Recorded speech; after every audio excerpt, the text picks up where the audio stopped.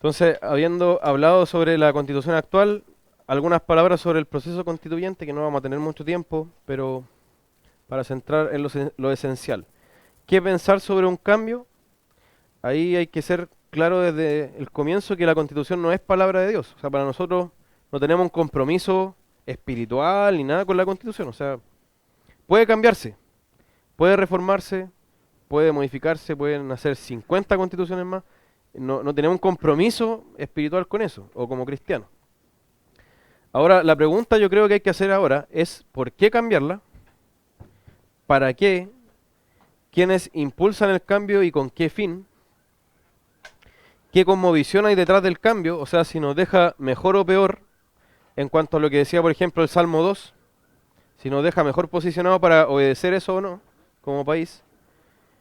Eh, y es el momento y la coyuntura adecuada, es realmente el momento para cambiarla, están las condiciones para cambiarla. Bueno, para mí eso, esto que veo acá, que es la violencia que presiona el cambio y una violencia que chantajea el cambio, a mí me hace muy complejo decir que hoy día están las condiciones para poder hacerlo. Porque es como negociar con la Molotov sobre la mesa. O sea, es como, si usted no me va concediendo lo que yo le pido, entonces yo le voy a quemar el país. En otras palabras, y eso yo lo he leído y lo he escuchado. O sea, y aquí tenemos una imagen gráfica. Entonces, claro, no todos los sectores son así. O sea, hay que ser justo ahí. Hay muchos que quieren nueva constitución y no están de acuerdo con la violencia. Hay muchos que lo están haciendo por vías legítimas, pero también muchos otros están con la molotov sobre la mesa, entonces hay que tener cuidado.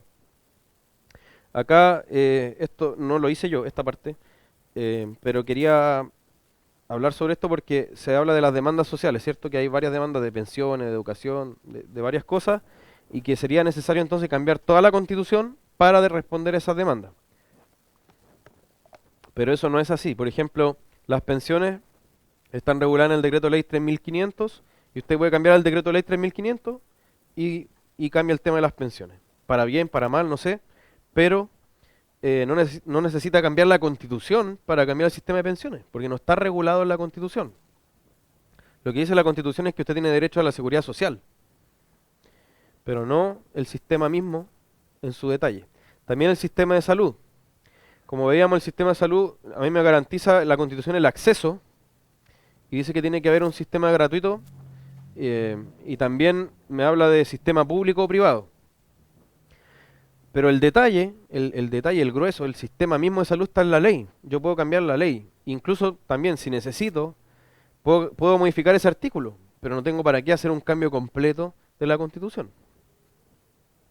También los delitos de colusión, soborno, cohecho. No, es que la Constitución actual ha permitido el soborno. Eso está en el Código Penal, que es el que establece los delitos y sus sanciones. No está en la Constitución. La Constitución ni siquiera menciona esto porque no lo tiene por qué mencionar. O sea, eso está en la legislación penal. Y de hecho esa legislación yo estaría muy de acuerdo con que se cambie, porque tiene tiene sanciones que son ridículas para delitos que son bastante graves como la colusión, el soborno y el cohecho. También el precio de los medicamentos. No, es que la Constitución no dice nada sobre esto. Eso está también regulado en ley y reglamento específico. Entonces no es necesario cambiar la Constitución. El transporte lo mismo. Todo esto está regulado en la ley. El tema de los precios, en la comisión que establece los precios, todo eso es legal, no es constitucional. También el tema eléctrico, lo mismo. O sea, todas estas cosas que estamos hablando es un tema legal y de reglamento, no es un tema constitucional. La constitución ni se refiere a esto. También los salarios de los ministros, de los parlamentarios, todo eso son temas reglamentarios y legales. El tema del origen, esa parte es más discutible, o sea, esa parte ahí ya podemos argumentar y alguien me puede decir, no, es que yo no puedo aceptar una constitución que fue originada de esa manera, eh, pero también se puede contraargumentar lo que les decía, que esa constitución ha estado vigente propiamente en democracia y fue reconocida por todos los partidos y se han hecho 21 reformas y la del 2005 tuvo 54 modificaciones, entonces no es el mismo texto en absoluto y ha sido validada en democracia también. Entonces, y también como cristianos, esta es una opinión personal, sin tener un compromiso espiritual con la Constitución, a nosotros nos debe importar más el contenido que el origen mismo de la Constitución. O sea, me debe importar si es conforme a la verdad o no, más que si la dictó un rey o si me la impuso Estados Unidos. No sé. Hay muchos lugares donde la Constitución la impuso otro país. Lo que importa realmente es el contenido, creo yo, más allá que uno puede hacer un juicio sobre el origen. Entonces así llegamos al acuerdo por la paz, que se ha llamado así, el acuerdo por la paz. ¿Y en qué consiste este acuerdo? Se hizo el 15 de noviembre, parlamentarios de gobierno y oposición y los presidentes de los partidos políticos, salvo el Partido Comunista y el Partido Regionalista Verde Social. Me costó aprenderme. FRBS. Salvo esos dos partidos, los otros participaron. Más allá que, bueno, sabemos el Frente Amplio, hubo ahí una teleserie, pero fue un acuerdo transversal en realidad. Y lo primero que tiene que hacer, lo primero que acordaron, lo primero que se tiene que hacer en orden de los pasos, es que se tiene que reformar la actual Constitución. ¿Por qué? Porque la actual Constitución no establece, por ejemplo, el plebiscito para reformarla, ni la Asamblea Constituyente como un medio de reformar o dictar una nueva Constitución. Entonces, ¿ustedes se acuerdan que le hablé del principio de legalidad? Que los organismos públicos solo pueden hacer lo que estén expresamente autorizados. Entonces, si ellos dicen hoy día, sin cambiar nada, vamos a hacer una Asamblea Constituyente, eso es nulo, porque la ley no lo autoriza eso. Entonces, estarían actuando fuera de la legalidad. Por eso, ¿qué necesitan? Reformar primero la actual Constitución, en otras palabras, darse permiso a ellos mismos para reformarla de esta manera. Y el acuerdo incluye que en abril del 2020 se va a hacer una consulta, donde se va a hacer dos preguntas. Uno, ¿quiere cambiar la Constitución? ¿Sí o no? Y segundo, ¿qué método quiere escoger para cambiar la Constitución? Que ahí puede ser una convención mixta, que vamos a explicar, o la convención constitucional. Ahora, hay un principio en cuanto al voto, al sufragio, que implica el no influenciar el voto. O sea que si usted mira la papeleta donde tiene que marcar, no hay nada que usted lo influencie a votar por una u otra alternativa. De hecho, la pregunta misma debe ser hecha de tal manera que no tenga ninguna influencia, que le deje a usted completa libertad. ¿Cuál es el problema de esto? Que como ya me hace una pregunta de cómo quiere cambiarla, me está influyendo para el sí. Entonces, se argumentaba bien, debidamente, que primero debería preguntarse sí o no solamente. Y una vez que te digan sí, o sea, que gane el sí, si es que gana, ahí preguntar por el cambio. Pero lo que se va a hacer es preguntar las dos cosas a la vez. Entonces, igual se influye en la respuesta. Ahora, las dos opciones son, primero, convención mixta constitucional. ¿Qué significa eso? La mitad de esa convención, que se le llamó así para no decir la asamblea constituyente y que no genere miedo, pero es una asamblea constituyente, es lo mismo. La mitad van a ser parlamentarios que ya están en ejercicio. Y la otra mitad van a ser gente que se escoja solo para eso. ¿Se entiende? Esa es una opción. O sea, le da una representación al régimen democrático ya existente y a la vez la otra mitad es personas que se escogen solo para eso. Y la otra es la convención constitucional, que sería lo que ya propiamente es asamblea constituyente, que son 100% de personas escogidas solo para dictar una nueva constitución.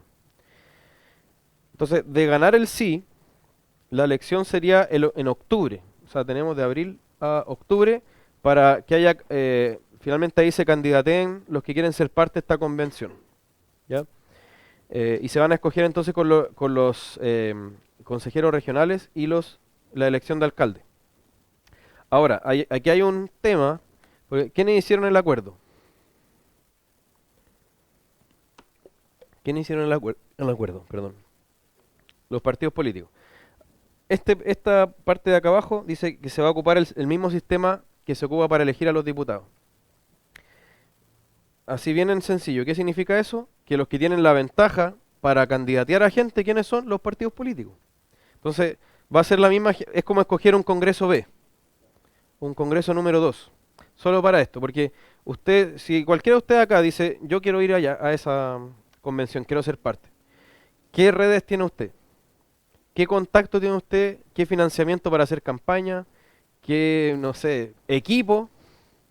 tiene usted formado para candidatearse? No tiene nada.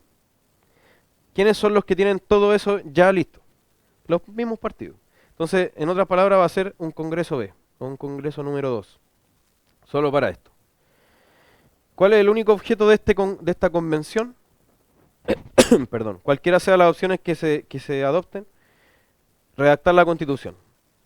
Ahora, me queda muy poco. Este organismo tiene un poder absoluto, o sea, si quieren, teóricamente le pueden cambiar el nombre a Chile si quieren. O pueden decir que no va a gobernar el perro Matapaco, por ejemplo. Ese va a ser pueden decir todo lo que ellos quieran, porque es un poder absoluto, es el poder constituyente. ¿Ya? Entonces, perdón. Ahora, claro, dice, mientras esté funcionando, no va a afectar la competencia y funcionamiento de otros órganos, y una vez que termine la tarea van a disolverse. Eso es importante porque entiendo que en otros países sigue funcionando la Asamblea, como que tiene un poder la Asamblea Constituyente. Y bueno, se supone que hay una hoja en blanco, como si estuviera esta pizarra, no hay nada, y para llegar a cualquier norma tenemos que superar los 2/3 de los 150 personas que estén ahí. Tienen que ponerse de acuerdo al menos 2/3 de esas personas para que una norma quede ahí en la Constitución. Si no hay acuerdo, ahí se ha producido una discusión. Pero lo que va a pasar finalmente es que si no hay acuerdo, eso queda en blanco, o sea, no hay norma, no existe esa norma, y eso se va a llevar al Congreso a una ley ordinaria, una ley simple. ¿Y eso qué significa? Que en vez de los 2/3 ahora va a bastar el 50+1 para esa norma. Y el que tenga la mayoría en ese momento va a poder regular ese tipo de esas normas. Eso es súper importante porque claramente nos puede cambiar todo el país que existe ahora. Y ahora lo que se hizo es una comisión técnica. Lo que hicieron ellos ahora es juntarse y decir, ya, nosotros escogemos a esto y usted a esto otro. Esa comisión nos va a decir cómo vamos a llevar esto a la práctica. ¿Ya? Ahora, esto tiene un costo estimado para todos nosotros, que es de 2.700 millones de pesos para comenzar. O sea, para empezar a pensar en esto son 2.700 millones. Eso se podría ahorrar completamente si yo digo, no, reformemos la ley o reformemos la constitución que ya existe, pero como el tema es, queremos nueva constitución y todo el asunto, entonces nos va a salir a todos 2.700 millones por lo menos, lo que es bastante. Y ahora se estableció un plazo de funcionamiento, 9 meses. Eso dice mucho porque una discusión mínimamente seria debería durar unos 3 o 4 años, porque estamos hablando de una constitución, estamos hablando de las bases de la institucionalidad, de la legalidad. Algo mínimamente serio, bien hecho, deberían ser unos 3 o 4 años. Pero como están apurados, establecen 9 meses y se puede prorrogar solo 3 meses, o sea, máximo 1 año. Y después de 60 días de que se entrega este nuevo texto, hay un plebiscito que ratificaría esto. O sea, en otras palabras, los ciudadanos decidimos primero si se cambia y después cuando ya tengan una propuesta, decidimos si aceptamos esa propuesta o no. La diferencia es que cuando sea esa segunda votación de si aceptamos esa nueva constitución o no, ahí el voto es obligatorio. O sea, vota todo el padrón, votan todos los mayores de 18 que no estén inhabilitados para votar. Entonces, ahí, claro, va a ser una votación muy importante. Y si se vota que sí, que tenemos una nueva constitución, entonces la actual queda completamente derogada. O sea, ya no rige en absoluto. Ahora, ¿qué oportunidades tenemos con esto? Claro, podemos mejorar las flaquezas que tiene la actual. Ahora no contaríamos con mucha ventaja, creo yo. Y claro, es una coyuntura en lo personal y en lo congregacional. Es como un momento para que reafirmemos nuestras convicciones y proclamemos el Evangelio. Esa oportunidad nos da este tiempo también. Y la gente está abierta a escuchar y eso hemos evangelizado en las calles y hemos visto que la gente, como nunca antes, igual presta mucho más oído. Ahora, peligros. Claramente detrás de esto hay una fe humanista que ve la Asamblea Constituyente como un Sinaí prácticamente. O sea, es como que la ley baja del cielo y es como ese momento, el equivalente para la gente es como ese momento. Pero fíjense que en el Sinaí la diferencia es que el Señor da la ley. Acá nosotros, como pueblo, estaríamos haciendo una ley gloriosa y tremenda, así la ley que nos va a regir. Entonces, hay una fe humanista en esto y una expectativa desmesurada, como que la Constitución me va a cambiar la vida. No me va a cambiar la vida. Es imposible que me cambie la vida. Y claro, quienes la impulsan, este cambio, son anticristianos. O sea, ahí vemos indigenismo, si ustedes ven en las marchas, el indigenismo es por todos lados y eso va de la mano con el paganismo. O sea, han hecho hasta rituales en algunos lugares. Feminismo y LGBT más, también, lo mismo. O sea, ellos están, de hecho, una persona decía, esta marcha es gay, es mapuche y es encapuchada, algo así. Pero era como esa la definición de este movimiento. El ambientalismo, que también es una forma de paganismo rebautizado. Socialismo, que siempre ha sido anticristiano. ¿Sí? Ya, gracias. Antiautoridad y bueno, la quema de iglesias claramente es claro para dónde va la cosa. Entonces, ojo con esto, con las cuotas de participación y con que la violencia va a continuar, hermanos. Eso no va a terminar con este acuerdo por la paz. No terminó. Ayer se fueron muchos incidentes. Bien. Entonces, continuando entonces con la última parte de esta exposición sobre el cristiano y la Constitución, quería destacar la posibilidad de cuotas de participación, porque ya se ha estado mencionando por varios sectores políticos, sobre todo los que están impulsando de manera más activa la nueva Constitución, que haya cuotas para ciertos grupos, por ejemplo, cuotas para pueblos originarios o cuotas de género, que no sabemos todavía cuánto es lo que exigirían de cuota. ¿Y a qué se refiere esto? Que dentro de los 150 convencionales, que son los miembros de la Convención Constituyente, haya, por ejemplo, X cantidad de mapuche, o X cantidad de Rapanui, o X cantidad de mujeres aseguradas, porque esa sería una cuota de género, o X cantidad de homosexuales, o el resto del movimiento llamado LGBT, también asegurado allí. Entonces, algunos están impulsando esto y sería bastante complejo porque pensemos en una cosa, si nos ponemos a hacer cuotas, también podríamos decir, oye, los evangélicos son 1/5 del país aproximadamente, entonces pongamos 1/5 de miembros evangélicos de la Convención Constituyente. Yo creo que nadie va a aceptar eso. Pero si mezclamos cuotas de religión, cuotas de género, cuotas de pueblos originarios, cuotas de diversidad sexual, ¿cómo congeniamos las distintas cuotas? Porque son de distintas materias. O sea, se refieren a distintas cosas. Entonces yo creo que quedaría realmente un desorden completo, sería un caos si empezamos con esto de las cuotas, porque además implica ver, por ejemplo, el hecho de ser mujer como una plataforma de participación política, siendo que no es eso. O sea, por el hecho de ser mujer no va a opinar X cosa o Y, no sé, no tiene una opinión determinada por el hecho de ser mujer, o por el hecho de ser hombre, o por el hecho de ser mapuche. Claro, quizá va a tener más intereses involucrados, pero esto de las cuotas lo que termina haciendo es que reduce la persona a cierto aspecto de ella. Por ejemplo, el mapuche, ante todo, es una persona que tiene una forma de pensar, tiene una sangre que corre por sus venas, pero se está asumiendo que por el hecho de ser mapuche va a tener cierta opinión política, siendo que dentro del mundo mapuche hay un espectro de opiniones políticas. Entonces, creo que lo de las cuotas realmente es una muy mala forma de abordar el tema y puede generar un verdadero caos en este asunto. Entonces, hay que tener ojo con eso, mucho ojo con eso, porque además, si se acepta el tema de las cuotas, lo que va a terminar ocurriendo es que se va a garantizar la participación de activistas determinados, de activistas de grupos de interés, no simplemente ciudadanos que, como se dice, vendrían a dialogar en una convención constituyente. Van a ser un encuentro de activistas, cada uno peleando por su cuota, por su rancho de poder en esto. Y como decía al final de la primera parte de la exposición, hay que entender también, como ha ocurrido estos días, que la violencia va más allá de este acuerdo que se logró por ciertos sectores políticos, porque hay un sector de la ciudadanía que se desconectó de la institucionalidad, se desconectó de los políticos, o sea, de lo que digan ellos no les importa. No tienen una cabeza, no tienen una voz, no tienen una representación, pero aún así quieren seguir movilizados. Tampoco tienen un petitorio hasta ahora, pero quieren seguir movilizados y una facción de todo ese sector que quiere seguir movilizado es abiertamente violenta. Entonces, lamentablemente va a continuar la violencia a menos que se tomen resguardos, que no sé sinceramente cuáles podrían ser, para que el orden público no siga siendo afectado.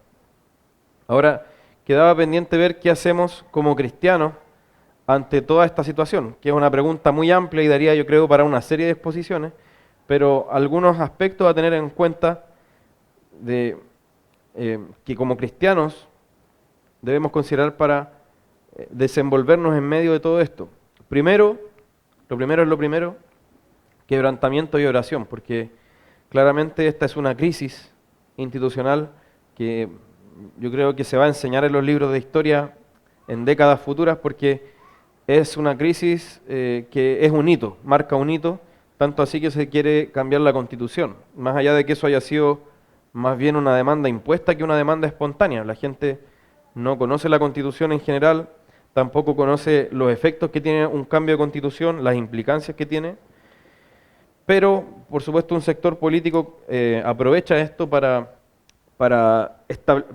¿cómo se dice?, instalar la demanda y poder así hacer un cambio, conveniente por supuesto a sus intereses. Pero lo primero entonces, ante esta crisis, el quebrantamiento y la oración. Algunas de estas cosas quizás suenen familiares a los que estuvieron en la última reunión de hombres, pero dice Habacuc 1, ¿hasta cuándo? En el versículo 2, ¿hasta cuándo, oh Jehová, clamaré y no oirás? Y daré voces a ti a causa de la violencia y no salvarás. ¿Por qué me haces ver iniquidad y haces que vea molestia? Destrucción y violencia están delante de mí, y pleito y contienda se levantan, por lo cual la ley es debilitada y el juicio no sale según verdad.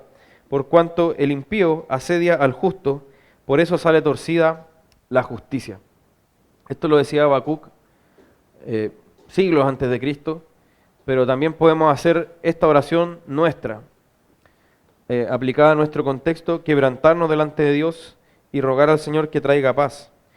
Y esto complementado con el capítulo 3 de Habacuc, versículo 2, que dice, oh Jehová, he oído tu palabra y temí. O sea, en medio de la agitación, en medio de la crisis social, ¿cuál debe ser nuestra ancla? La palabra del Señor. He oído tu palabra y temí.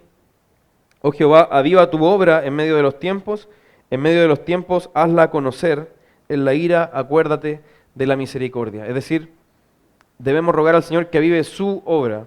No somos nosotros como iglesia los que vamos a ganar un gallito, como decimos en Chile, o pulsada, no sé cómo dirán en otros países para que se entienda, pero la iglesia no va a pelear fuerza contra fuerza con las personas no creyentes. Nuestra fuerza es el Señor y sabemos que solo el Señor puede hacer una obra que es la suya, por lo demás es su obra, y puede avivar esa obra en medio de los tiempos. Y por supuesto no deja de ser lo que estamos viviendo un juicio del Señor hacia nuestro país, porque vemos que las voces que se levantan, como habíamos hablado, son anticristianas. La quema de iglesias es una evidencia de eso. No en todo levantamiento social se empiezan a quemar iglesias. El surgimiento del paganismo, hubo imágenes realmente aberrantes de relaciones homosexuales explícitas, o sea, de gente desnuda teniendo relaciones a plena luz del día y en frente de los niños, y dijeron que era como una performance, pero claramente eso es una aberración completa, abominable delante de los ojos de Dios, y lo hicieron delante de la Universidad Católica para dar un mensaje también, al frente de la Casa Central de la Universidad Católica, y así vemos que hay una necedad profundamente arraigada. Entonces claramente también hay mucho de juicio del Señor en todo esto. En segundo lugar, orar por las autoridades. Más allá de quien esté en el poder, como dice 1 Timoteo 2, fijémonos lo que dice el apóstol Pablo. Exhorto ante todo, fíjense la importancia que le da, exhorto ante todo a que se hagan rogativas, oraciones, peticiones y acciones de gracia por todos los hombres, por los reyes y por todos los que están en eminencia, para que vivamos quieta y reposadamente en toda piedad y honestidad, porque esto es bueno y agradable delante de Dios nuestro Salvador, el cual quiere que todos los hombres sean salvos y vengan al conocimiento de la verdad. Entonces, también tiene que haber un clamor de nuestra parte por la salvación de las autoridades. Ahora, hay momentos, hermanos, en que esto se puede volver una oración, como se llama, imprecatoria. ¿Qué quiere decir eso? Rogando por el juicio de Dios. Cuando estamos hablando de un tirano, por ejemplo, hemos hablado nosotros de aquellos que representan fielmente el espíritu del anticristo, aunque no sean ese anticristo final, pero representan ese espíritu al ponerse en lugar de Dios o ponerse a todo lo que sea relacionado con el Señor. Ahí no tenemos que orar rogando por el bien de ellos, sino rogar por el juicio del Señor a ellos o que sean derrocados, ¿cierto? Pero ahí vamos a tener que ejercer discernimiento. Pero, por ejemplo, en nuestro caso no estamos hablando de una situación de calamidad como esa, de estar bajo una tiranía realmente, sino que debemos rogar porque el Señor haga una obra de gracia en las personas que están ejerciendo ese rol de autoridad. Fijémonos también que dice, para que vivamos quieta y reposadamente. El Señor desea que su iglesia se desenvuelva en un ambiente de paz. O sea, y nos pide que roguemos por eso. No es cobardía, por ejemplo, Señor, por favor, danos un ambiente de paz social, porque dice, o sugiere en este texto, que en ese ambiente de paz social su evangelio puede ser predicado libremente. Entonces, roguemos también por eso, por ese ambiente de paz social. Él es el único que lo puede dar. Y fijémonos en lo que dice, esto es bueno y agradable. Esta oración es buena y agradable.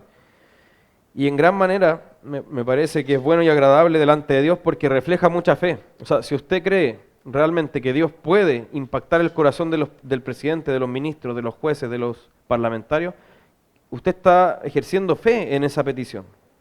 Porque ¿cuál es nuestra tendencia natural? No creo. Ya sí, Dios dice que oremos, pero no creo que Él pueda hacer algo. Eso sería mucho ya, sería ya un ideal. Entonces nosotros mismos podemos estar limitando la oración y la fe en el poder de Dios. Entonces debemos tener esa fe. En tercer lugar, participación.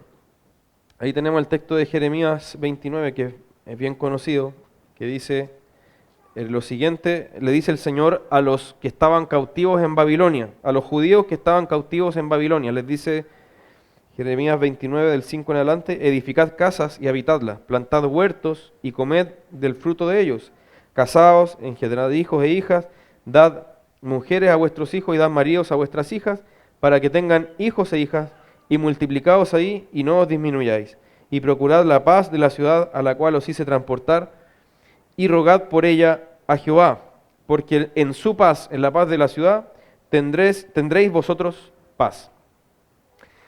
Hay que tener cuidado con este texto porque tiene un contexto, no podemos aplicarlo así a tontas y a locas. Por supuesto se refiere a la situación de los judíos cautivos en Babilonia, pero debemos recordar, hermanos, que nosotros somos ciudadanos de la Jerusalén celestial, que estamos viviendo como extranjeros y peregrinos aquí, también en lo que la Escritura describe como Babilonia espiritual, o sea, el sistema de maldad humano. Entonces, sí se aplica para nosotros el que debemos vivir en esta ciudad. La Escritura no nos llama a ir a construir allá en la cordillera de los Andes una comunidad exclusivamente cristiana donde vivamos solo entre nosotros, donde comerciemos entre nosotros, donde solo nos contratemos entre nosotros mismos, sino que nos llama a desenvolvernos en nuestra sociedad en la que vivimos y así ir evangelizando, ir proclamando el reino del Señor y viviendo en obediencia. Entonces ese es el llamado también, o sea, usted es vecino, usted es trabajador, usted es familiar de incrédulos. En medio de todas esas esferas, desenvuélvase en obediencia al Señor y no se reste de participar en esto, sino que todo lo contrario, ocúpelo como una oportunidad para proclamar el reino del Señor en medio de lo que está ocurriendo. También es un momento en que debemos ser firmes en la fe. Daniel 1.8 nos habla también de un judío que estaba en Babilonia y estaba en una posición bien especial porque él no fue considerado junto con el resto del pueblo, sino que fue seleccionado especialmente por las autoridades de Babilonia, junto con jóvenes destacados, nobles, de varios pueblos, de los demás pueblos conquistados. Porque ¿qué es lo que querían los babilonios? Reeducarlos y cambiarles la mente, literalmente lavarles el cerebro, haciendo de ellos unos babilonios, para que así ellos les sirvieran como futuras autoridades en sus distintos pueblos. Por ejemplo, para que después Nabucodonosor pudiera tomar a Daniel y decir, ya, tú vas a ser gobernador sobre tu pueblo judío en mi nombre. pero ya va a tener sangre judía, pero va a gobernar como caldeo, como babilonio, porque te vamos a educar como babilonio. Entonces, ¿qué es lo que dice, qué es lo que hace Daniel ahí? Él dice que propuso en su corazón no contaminarse. Y lo más inmediato que él debía rechazar era la dieta, que no era la dieta que el Señor le había dado en la ley de Moisés y que lo hacía únicos como pueblo judío, sino que era una dieta babilonia. Entonces, ¿qué es lo que dice él? No, yo no me voy a contaminar con la dieta babilonia, sino que yo voy a mantener la obediencia y mi identidad como miembro del pueblo de Dios. Eso es lo que debemos hacer nosotros también ahora. Proponer en nuestro corazón no contaminarnos con ideologías, con formas de pensar que no surgen de la Escritura, sino que del mundo que nos rodea, el mundo corrupto. Por eso dice Colosenses 2:8, mirad que nadie os engañe por medio de filosofías y huecas sutilezas, según las tradiciones de los hombres, conforme a los rudimentos del mundo y no según Cristo. Ese mandato sigue siendo urgente, sobre todo en una coyuntura como en la que estamos. También presentar defensa, porque usted como cristiano, como decía, es también vecino, trabajador, familiar de personas incrédulas, y se desenvuelve en un mundo en donde la mayoría de las personas no son creyentes. Y usted debe tener la habilidad que da el Señor, por supuesto, pero también la diligencia para prepararse y presentar defensa de lo que usted cree. Entonces, por eso, en 1 Pedro 3:15, dice lo siguiente: santificad a Dios el Señor en vuestros corazones y estad siempre preparados para presentar defensa con mansedumbre y reverencia ante todo el que os demande razón de la esperanza que hay en vosotros.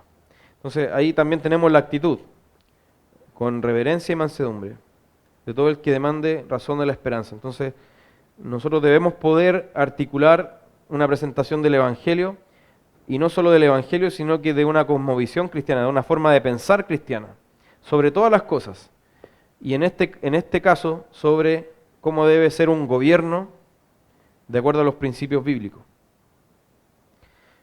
También usar medios espirituales, porque lo más probable es que nos veamos tentados a usar medios terrenales, medios carnales. Como yo digo, bueno, los incrédulos puedo ver que se están desenvolviendo, están formando agrupaciones, grupos de choque, no sé, distintas cosas. Entonces, bueno, tenemos que hacer lo mismo. No. Nosotros, como dice el apóstol Pablo en 2 Corintios 10, del 3 en adelante, dice, pues aunque andamos en la carne, aunque tenemos una naturaleza humana, no militamos según la carne, no militamos según lo terrenal, porque las armas de nuestra milicia no son carnales, sino poderosas en Dios, dice, para la destrucción de fortalezas, derribando argumentos y toda altivez que se levanta contra el conocimiento de Dios y llevando cautivo todo pensamiento a la obediencia a Cristo. Entonces, debemos entender que, tal como somos ciudadanos de otra patria, que es celestial, también los medios, los recursos que ocupamos no son terrenales, sino espirituales. Y ahí debemos confiar en que el Señor es quien hace la obra, mientras nosotros ocupamos esos medios. Lo que nos corresponde a nosotros es ocupar esos medios. Como dice Zacarías 4:6, no por fuerza, no es por la espada, simplemente sino por el Espíritu. También recordar que somos extranjeros y peregrinos. Es decir, que nosotros no vamos a encontrar acá la ciudad ideal. No vamos a encontrar acá el lugar donde vamos a tener la paz perfecta o la paz perpetua, la justicia perfecta. No vamos a vivir nunca en una sociedad ideal y por supuesto ningún gobierno nos va a traer todas esas cosas. ¿Cuál es el gran problema que podemos apreciar hoy día en las personas? Es la profunda idolatría en sus corazones. Porque muchos cristianos dicen, oye, pero la gente ha levantado un clamor porque han sido abusados, han sido oprimidos. Es cierto, han levantado un clamor, pero es un clamor idólatra. ¿Por qué? Porque no se dirige a quien debería dirigirse.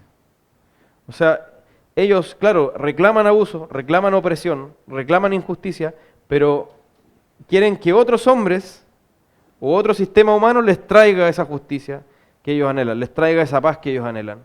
les traiga ese orden que ellos anhelan.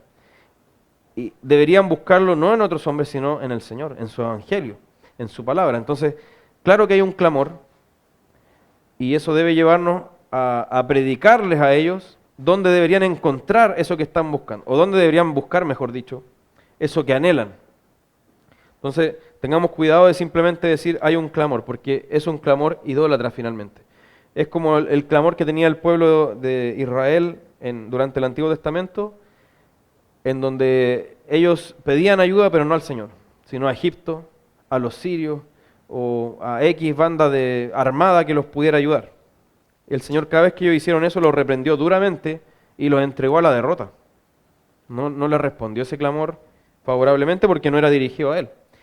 Hebreos 13 y 14 dice: salgamos pues a Él fuera del campamento, llevando su vituperio o su vergüenza, porque no tenemos aquí ciudad permanente, sino que buscamos la porvenir. Entonces, usted como cristiano, yo como cristiano, debemos caracterizarnos y que así además se transmita hacia la gente que aquí no tenemos nuestra ciudad permanente. Aquí no está nuestro hogar, sino que nosotros acá estamos de paso, estamos por así decirlo viviendo en una tienda, en una carpa, pero esperamos la porvenir. Allá sí va a estar nuestro hogar, allá sí está nuestra ciudad definitiva. Y proclamar a Cristo, por supuesto. Hechos 17 nos dice un ejemplo, un verdadero ejemplo, que ya hemos hablado de esto, pero dice Hechos 17, 6. Estaban acusando a Pablo y su equipo misionero, que no eran muchas personas, pero dice, esto decían los judíos acusando a Pablo: estos que trastornan el mundo entero también han venido acá.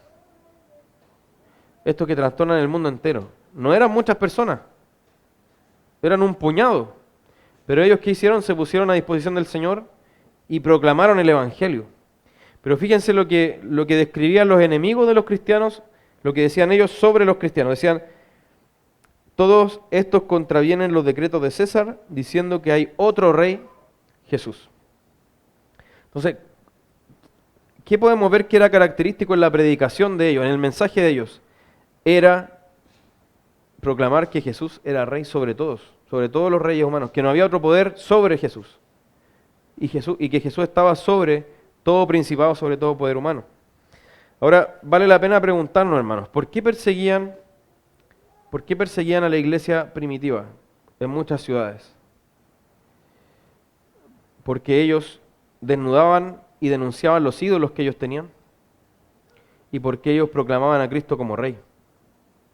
Creo que vale la pena reflexionar si nuestro mensaje lo hemos mutilado de tal manera que es como un cachorrito inofensivo, así presentando el Evangelio como algo muy bonito que a todos les va a gustar, que a nadie le mueve el piso, que no demanda ninguna renuncia a los ídolos, sino que solamente Jesús viene como a hacer la guinda de la torta en tu vida. Ya, esto es para que tú vivas mejor, para que estés más contento, para que te levantes contento en la mañana. Creo que debemos retomar nuestra misión, no solo de proclamar a Cristo, sino también de denunciar los ídolos. Y eso era lo que a ellos les dolía. Porque ¿acaso tú estás diciendo que mi Dios no es Dios? Eso es lo que a ellos les ardía realmente internamente y que los llevaba a perseguir a la iglesia. Entonces, veamos que nuestra misión tiene que ver esencialmente con proclamar a Cristo como Rey. Y esa proclamación de Cristo como Rey sobre toda autoridad humana es lo que también le molesta a los estados, a los gobernantes, porque si hay cristianos dentro de la población, tienen allí un grupo de gente que responde a otro rey sobre ellos y que en determinado momento no va a estar dispuesto a doblar la rodilla o no va a estar dispuesto a encender incienso cuando quieran poner el ídolo delante de ellos, el falso Dios delante de ellos. No se van a doblar ante ese falso Dios. Entonces a ellos les causa un problema que haya un grupo de gente así. Proclamemos entonces a Cristo como Rey. Eso en cuanto a nuestra actitud como cristianos. En medio de esto, por supuesto, se pueden decir muchas más cosas. Es una invitación a que comencemos a reflexionar y a meditar sobre estas cosas. Ahora, preguntas sobre lo de ayer, sobre lo expuesto ayer. Algunos hermanos me hicieron llegar preguntas. Primero, dice, si la actual Constitución establece garantías como salud y educación para los ciudadanos, sería bueno reformarla estableciendo los delineamientos para cumplir esas garantías. Esto porque ayer hablábamos que algunas de estas garantías están allí, se mencionan, pero no se establece un medio para hacerlas cumplir. O sea, para exigirla, en otras palabras. O sea, que un ciudadano diga, me están vulnerando, me están desconociendo esta garantía, yo tengo este mecanismo para exigirle al Estado que me la dé. La mayoría de los derechos que están consagrados en la Constitución sí tienen ese medio para exigirlo, pero otros no. Como por ejemplo la salud gratuita e igualitaria, o el acceso a la salud igualitaria, o por ejemplo la educación. Ahora, nosotros vemos que lo que ha hecho los distintos gobiernos es que sí han asegurado el acceso. O sea, si alguien quiere ir a un colegio hoy día, va a poder entrar a un colegio. La pregunta es si es bueno o malo, pero lo que promete la Constitución es el acceso, no la calidad. Entonces el acceso está, y también el acceso a la salud. Ahora, podemos claramente decir que en muchos casos es pésimo. O sea, si yo tengo que esperar 2 años para una operación, o hay gente que la han llamado después de que ya murieron, la han llamado a operarse o a una cita médica, claramente eso es terrible. Hay ahí una ineficiencia, pero lo que promete la Constitución es el acceso. Ahora la pregunta es si deberíamos garantizarlo a través de un medio. Esa es una opción que se va a discutir obviamente, pero en muchas constituciones ni siquiera están mencionados los medios para garantizar los derechos. O sea, eso a veces lo entregan a la ley otros países. La pregunta que yo creo que es más de fondo es cuáles derechos deberían garantizarse. O sea, y cuáles son los verdaderos derechos. No sé si recuerdan ayer que hablamos de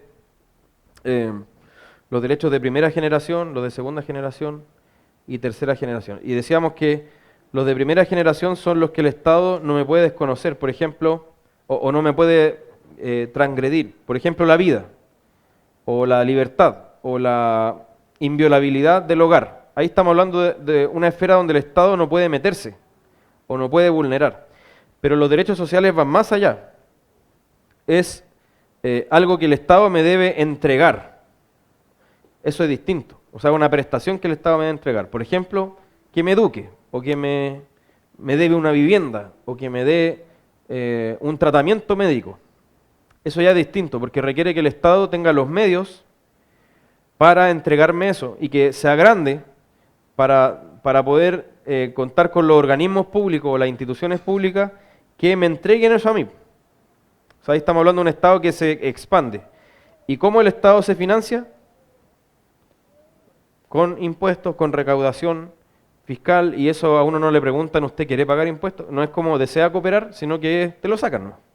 Te lo extraen a la fuerza. Entonces, la pregunta ahí es, si esos derechos, esas prestaciones que el Estado se compromete a entregarme, requieren extraer dinero por la fuerza de unos para entregar una prestación a otro, ¿qué prestaciones justificarían algo así? Porque si vemos los principios bíblicos, el Señor nunca entrega el mandato al rey de quitar a unos para dar a otros.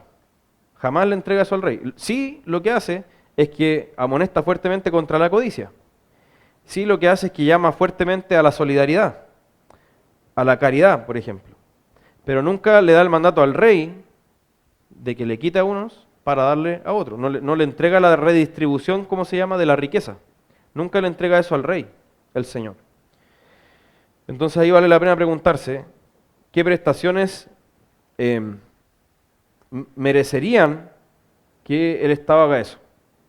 Y yo creo que ahí eso da para una discusión mucho más larga, pero por lo menos en lo personal, creo que la educación jamás debería estar a cargo del Estado porque se ocupa, cuando es así, se ocupa como vehículo de adoctrinamiento de la sociedad, más que de preocuparnos porque la gente esté educada. Lo que termina pasando es que hay un grupo de personas que deciden qué deben aprender las personas de la población, y finalmente a través de esa educación gratuita lo que hacen es tener una audiencia cautiva de personas, niños, y los pueden formar desde niños con una determinada visión. Entonces creo que jamás el Estado debería tener la educación y como iglesia jamás deberíamos estar pidiendo que así sea, porque es lo más fácil de capturar. O sea, quien captura eso, la educación pública, quien define los contenidos de la educación pública, tiene la mente de la generación futura. O sea, ya moldeó el pensamiento de la siguiente generación. Y eso claramente se puede prestar para muchos pecados y muchos vicios. Después dice, si la Constitución comenzó a regir desde el retorno a la democracia, en el año 1990, ¿cómo se rigió en la dictadura? Recordemos que fue publicada en 1980 y fue solamente aplicada plenamente desde 1990, porque la Constitución contempla un gobierno, un parlamento, una serie de organismos públicos que no entraron en funcionamiento sino hasta 1990. La respuesta es que funcionó suspendida en varios aspectos. O sea, funcionaba solo lo que fuera, ¿cómo se podría decir? Fuera compatible, esa es la palabra, lo que fuera compatible con el régimen que había en ese momento. Pero no podía funcionar, por ejemplo, la presidencia o el parlamento porque no estaba la junta de gobierno que se llamaba. Entonces, funcionó suspendida, igual que la Constitución del 25 entre 1973 y 1980. Después dice, algunos señalan que una nueva Constitución sería un acto reparatorio o simbólico para las víctimas de violaciones de derechos humanos. ¿Qué podríamos argumentar frente a ello?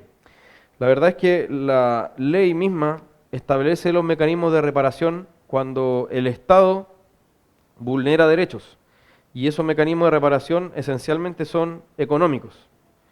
Y los mecanismos simbólicos que han entregado a lo que el gobierno o los distintos organismos del Estado decían en algún momento, pero la reparación legalmente consiste en lo económico. Sería en este caso el daño moral y el daño, si es que se produjo, por ejemplo, el daño indemnizatorio de, por ejemplo, una amputación o una incapacidad que se haya generado para trabajar. Por ejemplo, si una persona fue torturada y en esa tortura perdió una mano, se le indemniza por daño moral, pero también por lo que él pierde de oportunidades laborales al no tener una mano. Eso no se puede calcular, o sea, es una estimación solamente. Pueden ser cientos de millones de pesos, porque yo no puedo calcular cuánto cuesta una mano, por supuesto, pero esa es la forma de reparar. O sea, creo que ya sería excesivo decir que una nueva constitución es la forma de reparar eso, porque excede a lo que significa una reparación legalmente. Después dice, la declaración de Virginia sobre el uso de armas en tiranía sería algo avalado por la Escritura. Ahí entramos en terrenos bastante complejos, porque hay cristianos y cristianos muy bíblicos, de mucho peso, bíblicamente hablando, que han avalado la defensa armada. Por ejemplo, Zwinglio o Teodoro de Beza, que sucedió a Calvino, que fue uno de los sucesores de Calvino, más allá que igual fue contemporáneo en un momento. Y ellos avalaron la resistencia ante la tiranía. Ahora, ahí vale preguntarse, porque, por ejemplo, algunos cristianos extienden el tema de dar la otra mejilla a cualquier tipo de agresión. Por ejemplo, si usted va en la calle y alguien lo golpea para asaltarlo, dicen tienes que dar la otra mejilla. Pero la otra mejilla se refiere principalmente a cuando estamos siendo perseguidos por Cristo.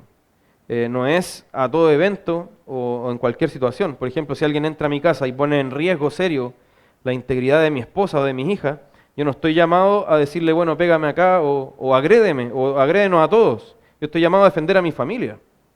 Entonces, ahí hay que separar o hay que discernir los planos. Tampoco yo tengo el permiso para ser un violento o decir, bueno, ahora puedo descargar toda la agresividad que siempre he querido descargar y que no puedo, y le voy a golpear a este hombre hasta la muerte. No sé, y creo que la Escritura ahí nos entrega una proporcionalidad también, ¿cierto? O sea, si una persona me está amenazando simplemente con golpe, yo no puedo con una bazuca responderle. Hay una proporcionalidad también. Pero algo parecido sucede cuando hablamos de gobierno. Creo que pueden darse situaciones donde un cristiano, para defender a su familia, para actuar como hombre de su hogar, deba defenderse de manera armada ante probablemente agentes de un gobierno. pero ahí hay que preguntarse, ¿lo están persiguiendo por ser cristiano? ¿O es una opresión generalizada simplemente? No está en juego el tema de la fe ahí.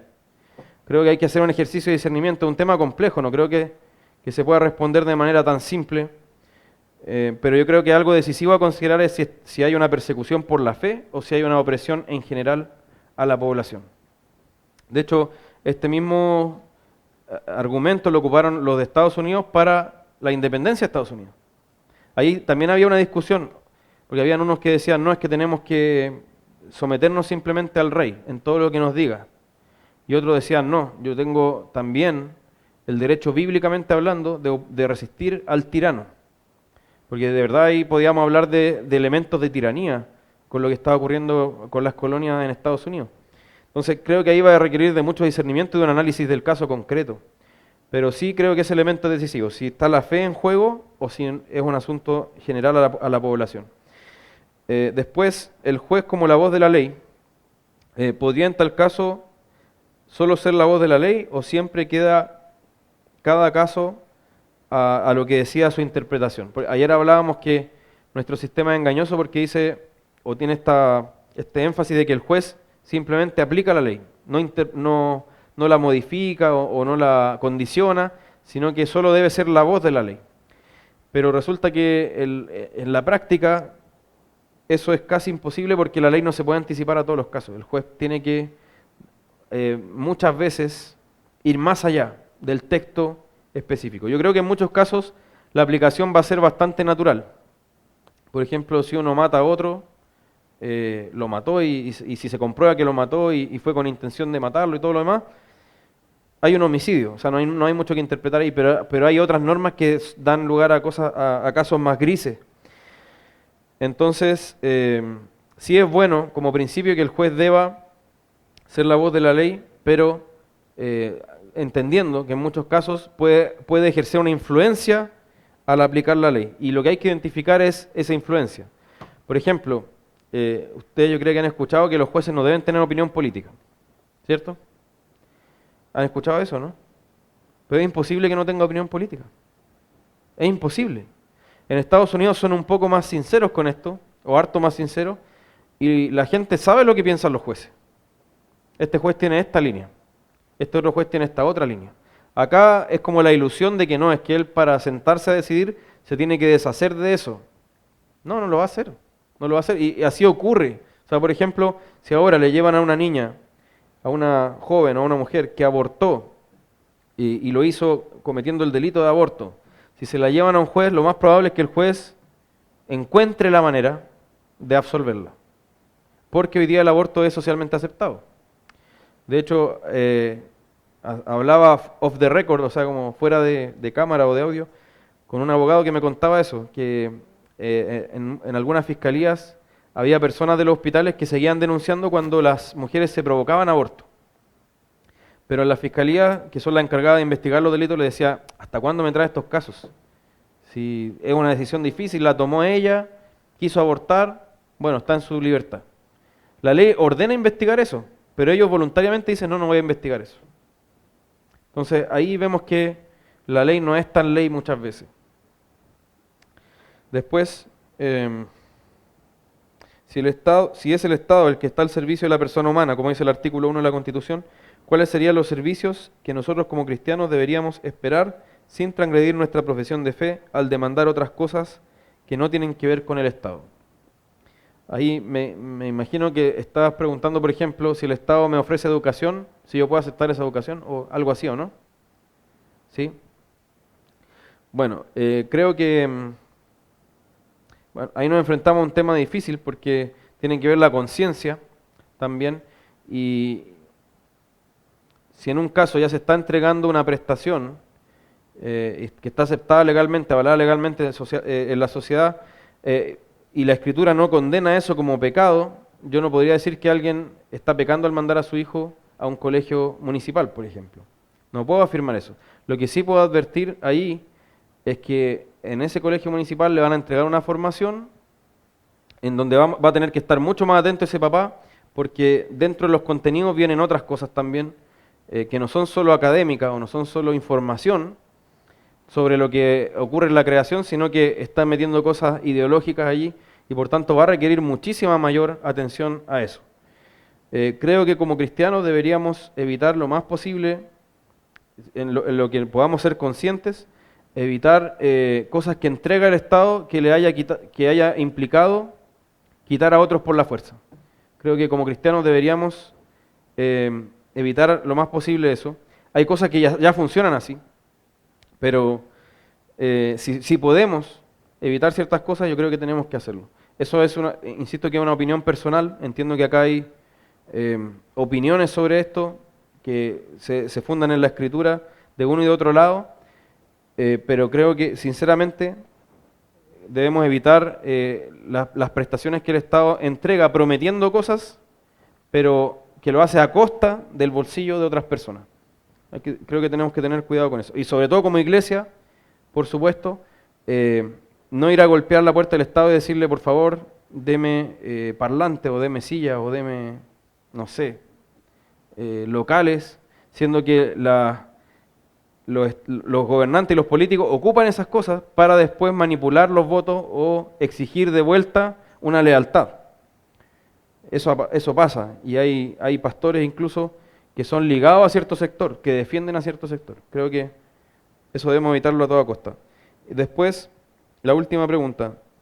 Dice, ¿cuál puede ser el peor escenario en un eventual cambio de constitución para la Iglesia de Cristo en Chile? Creo que el peor escenario podría ser que se quiten los elementos que ahora nos permiten vivir quieta y reposadamente, ya sea económicamente hablando o ya sea en cuanto a la libertad de credo y de opinión. Por ejemplo, puede ser, si se establecen, sobre todo si se establecen estas cuotas famosas, que se unan tanto feministas como LGBT, como otros grupos, y digan, vamos a poner en la Constitución que nadie puede emitir discursos de odio. Pero obviamente entendiendo como ellos ven el odio, que ellos ven la predicación cristiana como esencialmente odio. Entonces, si llegaran a poner eso en la Constitución, claro que nos podría afectar. O algún otro tipo de normas que nos obliguen a nosotros como iglesia a negar creencias que tenemos. O a realizar prácticas que son pecados. Puede pasar eso. Puede pasar también, en la Constitución dice que las iglesias están exentas de pagar contribuciones el terreno que ocupe para el lugar de culto.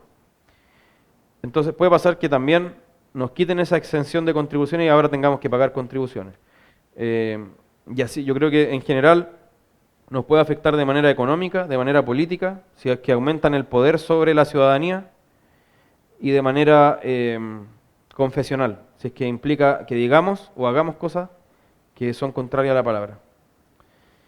Eso, hermano. No sé si quedará alguna última pregunta. Maca.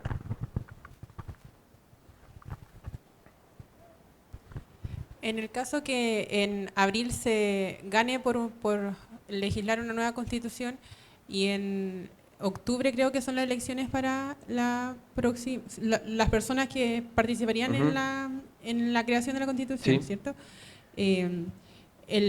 Cuando se comenzaría a hacer la constitución partiría del próximo año, creo que se va a demorar 9 meses con una prórroga de 3 meses, ¿cierto? Sí, ese es el plazo que le impusieron para sesionar a esta convención, Ya. si es que llega a aprobarse. Ya. Y después de eso hay otro plebiscito, para ver si es que se aprueba esa constitución. Para ¿cierto? ratificarla, sí. Ya. Y en el caso de que se apruebe esa constitución, ¿cuándo entraría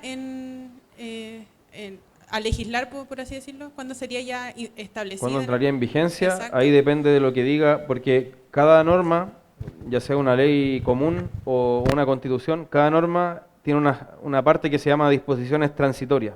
Y esas disposiciones te dicen cuándo entra a regir, cómo va a entrar a regir, si es que va a ser gradual, va a ser inmediato, o qué medidas van a ser necesarias para eso. Eso lo dicen las disposiciones finales y eso no lo sabemos. No tenemos idea ahora de cuáles serían esas disposiciones. Entonces no tenemos idea.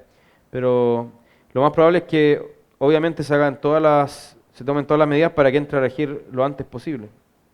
Entonces, si estamos hablando del 2020, probablemente el 2021 ya tengamos una nueva constitución, si es que se aprueba todo, si es que sale todo que sí, ya tendríamos una nueva constitución vigente o en vigor. No, de hecho, lo más probable es que sea el 2022, porque recién en octubre se van a elegir los miembros de la convención. Y una vez que empiece a sesionar, tienen 9 meses, con una prórroga de 3 meses, entonces lo más probable es que sea el 2022. Eso, no sé si alguien más tiene alguna otra pregunta. Víctor. Bueno, a raíz de todo el proceso que está viendo, se está discutiendo sobre temas jurídicos, hay algunos activistas cristianos, entre comillas, que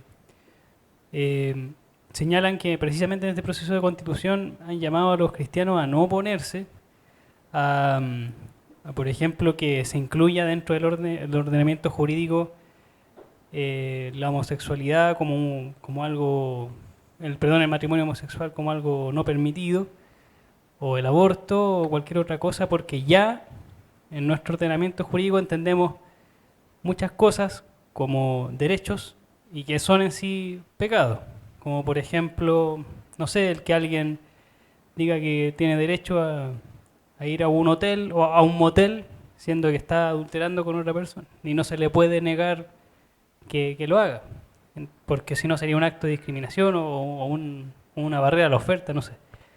¿Qué se les puede decir a estas personas? Porque están señalando que como ya hay pecados incluidos, o sea, ¿para qué vamos a tener que estar diciéndoles que esa constitución nueva prohíba ciertas cosas que ya la sociedad cambió y no lo está considerando así? Bueno, ahí habría que entonces pensar que la iglesia primitiva no tendría que haber producido ningún impacto en su sociedad. Las sociedades paganas donde los primeros cristianos predicaron, muchas de ellas aceptaban la homosexualidad, no igual que hoy día, o sea, no en el mismo formato, porque hoy día se le da la connotación de amor y de relación de pareja tal como equivalente a una relación hombre y mujer. En ese tiempo era otro tipo de relación homosexual, pero se aprobaba la relación homosexual, se aprobaba el infanticidio, se aprobaba el aborto, se aprobaba los matrimonios con menores, con niñas muy menores. Entonces, si nosotros hubiéramos tenido esa lógica en ese tiempo, entonces no habría que haber dicho nada porque ya se acepta. Pero resulta que el cristianismo trastornó todo eso. O sea, la gente ya, cuando fue acogido una cosmovisión cristiana en general, porque tampoco sabemos que nunca el Estado ha sido cristianizado realmente, pero cuando empezó a acoger elementos de la ley de Dios, cambió la sociedad. Y por eso hoy día no vemos que la gente, cuando tiene un hijo discapacitado, lo va a botar a un abismo, por ejemplo. Aunque ahora probablemente muchos quieran hacerlo o matarlo antes de que nazca. Pero ¿qué es lo que cambió todo eso? Es una cosmovisión cristiana. También cuando William Carey fue a la India, un misionero bautista, fue a la India y él se propuso que se aboliera la práctica de el satí, que se llamaba, que era quemar a la viuda junto con el esposo que había muerto. Aunque la viuda obviamente estaba viva, la quemaban. Y él dijo, no, yo me voy a invertir todo mi esfuerzo para que la ley prohíba esto. Y lo prohibió finalmente. Se demoró 30 años en su esfuerzo de que lo prohibiera la ley. Entonces, si nosotros tomáramos ese razonamiento, en realidad el cristianismo nunca habría producido el efecto que de hecho produjo allí donde llegó. Yo creo que debemos predicar eso incansablemente. No sé si queda alguna última interrogante. Bien, cuando comenzaste la exposición hablaste de que lo que estaba pasando era parte de la ira, del juicio de Dios. Me quedo también con otro punto, o sea, con otra duda con respecto a la iglesia que tenemos. Dentro de una iglesia que sabe, o dentro de la predicación moderna sabe muy poco de la ira, del juicio, y comparándolo con lo que exponías de Habacuc, de Primera de Timoteo, acerca de la necesidad de orar y procurar estar en paz, ¿no habrá también una parte de la iglesia pasiva por tener un concepto que puede ser incluso hasta demasiado romántico, creyendo que esto lo máximo que puede traer es una persecución, y en la persecución nos vamos a multiplicar, y siempre ha sido así. Y me parece que hay también una parte pasiva, o sea, por eso lo pregunto, ¿no habrá una parte que está siendo pasiva creyendo que, bueno, no, va a venir una persecución? Y veo que en Habacuc y en Primera de Pedro precisamente dice que ese juicio, que esa ira comienza por la casa de Dios. Sí, bueno, yo creo que si miramos a la iglesia hay distintas situaciones, como suele ocurrir. Y como suele ocurrir sobre todo en una iglesia que ha vivido décadas en paz, sin ser perseguida por su fe. Tenemos un gran bloque de gente que no tiene una cosmovisión bíblica y que tampoco quiere tenerla. Es que ellos han sacado sus ideas del mundo y están felices con esa convicción que tienen del mundo y están realmente convencidos de que eso es lo correcto. Y cuando tú les contrastas con lo escritural, no lo aceptan, lo rechazan. Y lo más probable es que esa gran bloque de gente sea inconverso dentro de la iglesia. Porque una de las señales de un discípulo es que se rinda ante la palabra. No puede permanecer.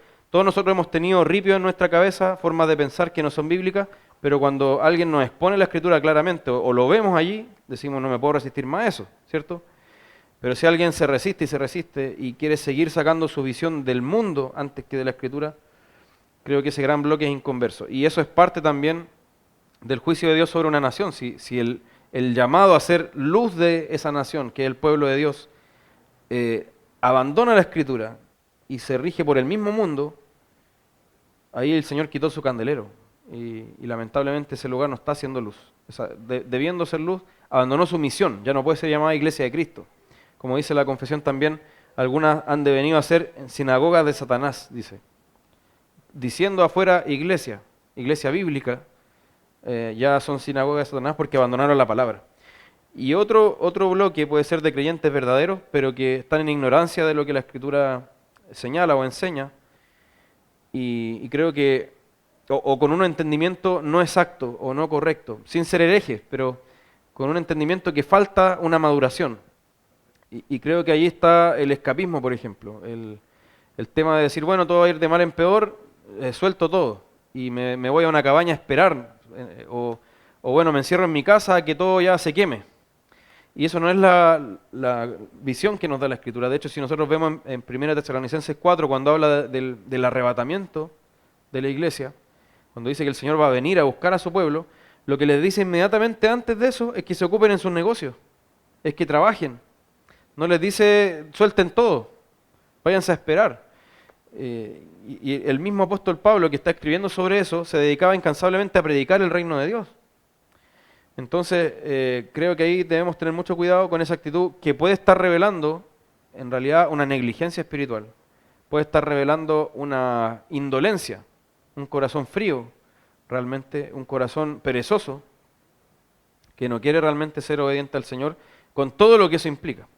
Entonces, creo que estamos con esas dimensiones dentro de la iglesia y otros que también están dando una batalla o que se pueden pasar a otro lado. Ya metámonos a partidos políticos y seamos más, por ejemplo, de la derecha.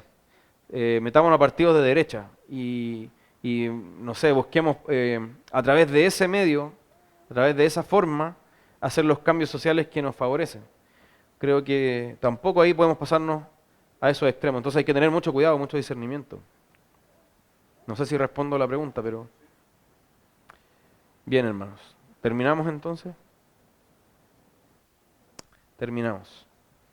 Le agradezco su participación y su interés, que el Señor ocupe esto para su gloria y que nos ayude a movernos con sabiduría. Oremos por eso.